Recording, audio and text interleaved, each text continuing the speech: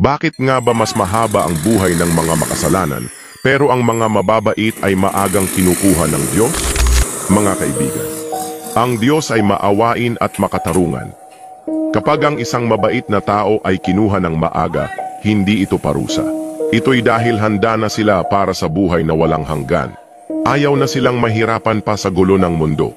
Samantalang ang mga makasalanan, mahaba ang buhay nila dahil binibigyan pa sila ng Diyos ng pagkakataon na magbago.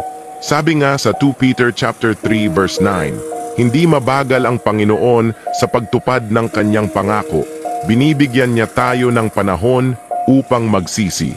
Ang buhay ay pantay-pantay lang. Kaya kung may nawala mang mabait sa iyo, isipin mong kasama na nila ang Diyos. At kung ikaw ay nabibigyan pa ng oras, gamitin mo ito para magbago. Habang may buhay, may pag-asa. Tandaan mo yan. Kapiling na nila ang Diyos at ikaw, may oras ka pa.